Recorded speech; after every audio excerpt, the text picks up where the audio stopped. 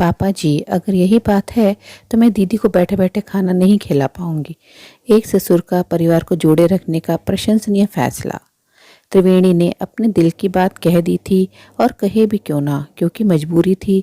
लेकिन अब वो घर वालों की प्रतिक्रिया के रूप में बहुत बड़ी धमाके का इंतजार कर रही थी कि शायद अब बम फटे तब बम फटे।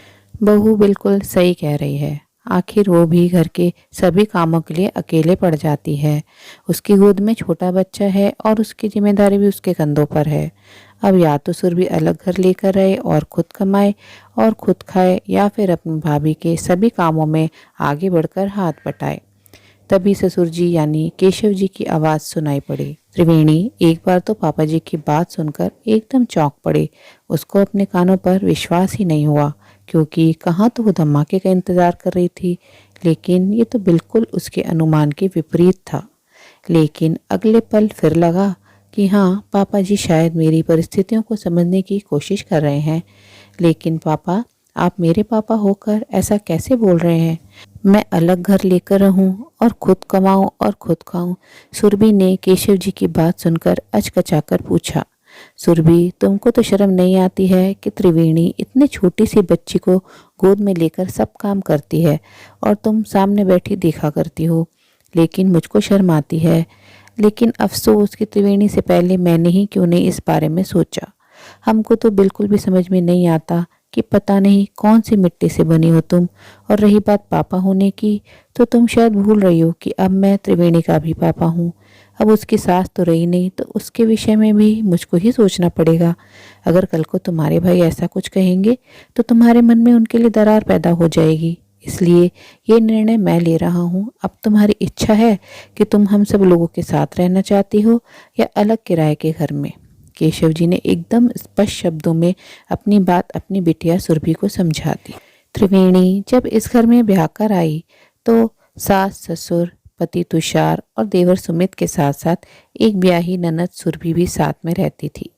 सुरभि के विषय में सासू माँ की ही बातों से ये पता चला कि वो ससुराल में सुखी नहीं थी या फिर खुद नहीं निभा पाई, तो ससुराल छोड़कर यहीं रहने के लिए आ गई।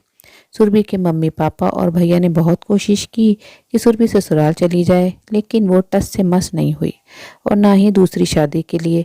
अब तो मम्मी पापा के सामने मजबूरी थी सुरभि को इस घर में आश्रय देने की। आखिर बिटिया थी उनकी। खैर, त्रिवेणी उस घर में राजी खुशी रहने लगी। अपने कार्यकलाप से सभी का दिल जीत लिया। सास कविता जी उसको भी काम अकेले नहीं करने देती थी, सभी कामों में आगे बढ़कर उसका हाथ बटाती।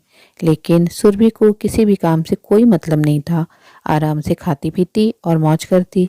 त्रिवेणी को थोड़ा अजीब लगता, लेकिन फिर भी वह कुछ नहीं कहती कि उसका क्या लेना देना। सास तो बराबर से उसका सहयोग करती ही है, यही उसके लिए बहुत था। समय के साथ त्रिवेणी की कोख से बच्चे ने आने की दस्तक दे दी। पूरे घर के लोगों ने खुशियां मनाई। आखिर परिवार में एक नया नन्हा मेहमान जो आने वाला था। लेकिन सुरभि तटस्थ बनी रही। अब कविता त्रिवेणी को घर का ज़्यादा काम धाम नहीं करने देती, खुद ही सारा काम देखती। लेकिन इस समय भी सुरभि उनकी कोई मदद नहीं करती। अगर कविता जी कुछ कहती भी करने को, तो पहले तो उस काम को करने में टाला मटोली करती, और अगर करती भी तो कुछ न कुछ बिगाड़ देती। उसकी इन्हीं हरकतों पर कविता जल्ला कर कह देती, तुम्हारी इन आदतों की वजह से तुम ससुराल में नहीं निभा पाई। धीरे धीरे त्रिवेणी को सारी स्थिति समझ में आने लगी कि सुरभि कोई भी काम धाम करना पसंद नहीं करती थी। पूरे 9 महीने बाद नन्ही मुन्नी रिमझिम ने जन्म ले लिया। सारा परिवार फिर से खुशियों से सराबोर हो गया। लेकिन सुरभि उस समय भी तटस्थ बनी रही। शायद उसको किसी की भी खुशियों से कुछ मतलब नहीं था। धीरे धीरे रिमझिम 5-6 महीने की हो गई। कविता जी रिमझिम को बहुत ज़्यादा प्यार करती। सबका जीवन हंसी खुशी व्यतीत हो रहा था। लेकिन ईश्वर की लीला कुछ ऐसी हुई कि काम की अधिकता के कारण कविता जी बहुत ज़्यादा बीमार पड़ गई, और ठंड भी उस समय बहुत थी, तो निमोनिया के कारण उनका पूरा सीना जकड़ गया। डॉक्टर ने बहुत कोशिश की, लेकिन कविता जी को बचा नहीं पाए। पूरा परिवार शोक में डूब गया, और त्रिवेणी तो बहुत ज़्यादा फूट फूट कर रोती, क्योंकि नन्ही सी जान गोद में और पूरे परिवार का काम। सुरभि को किसी भी काम से कोई मतलब नहीं था। हालांकि ससुर, पति, देवर सब सहयोग करते, लेकिन फिर भी उनके दुकान जाने के बाद बहुतेरे काम बचते। त्रिवेणी अगर सुरभि से बच्ची को पकड़ने के लिए कहती, तो उसका सीधा जवाब यही होता कि मैंने कभी बच्चे नहीं संभाले, इसलिए मुझसे तो कोई भी उम्मीद मत रखना। त्रिवेणी बेबस सी हो जाती। फिर या तो रिमझिम को रुला रुला कर काम करती या फिर जैसे तैसे गोद में लेकर। आखिर एक दिन त्रिवेणी ने शाम का खाना नहीं बनाया और तब तक दुकान से सब लोग आ चुके थे और खाना खाने का समय भी हो गया था। रिमझिम के एक दिन पहले ही वैक्सीन लगी थी। वो रोए तो रोए ही चली जाए। क्या बात है त्रिवेणी बेटा, आज रिमझिम तो बहुत ही ज़्यादा रो रही है। केशव जी ने रिमझिम को इस तरह रोते हुए देखकर पूछा। हाँ पापा जी, कल पोलियो का टीका लगा था, इसलिए बहुत परेशान है। इसी वजह से मैंने खाना भी नहीं बना पाई। मैंने सुरभि दीदी से कहा भी कि वो भी खाना बना ले, लेकिन वो पड़ोस के घर में चली गई और अभी तक रसोई खाली पड़ी है। अगर पापा जी यही बात है तो मैं दीदी को बैठे बैठे खाना नहीं खिला पाऊंगी। आखिर कुछ तो फर्ज बनता है कि नहीं। प्लीज़ आप लोग बुरा मत मानिएगा, लेकिन आज मैं बहुत मजबूरी में ये सब कह रही हूँ। पता नहीं किस आवेश में त्रिवेणी ये सब कहती चली गई, लेकिन थोड़ा मन में घबराई भी कि पता नहीं ससुर जी की क्या प्रतिक्रिया होगी। लेकिन जब उसने केशव जी की बात सुनी तो उसको सचमुच बहुत ज़्यादा खुशी हुई। तो फिर सुरभि, तुमने क्या सोचा है? बहू के घर के कामों में मदद या अलग घर लेकर अपनी जिम्मेदारी खुद उठाए, क्योंकि अब पानी सिर से ऊपर जा रहा है?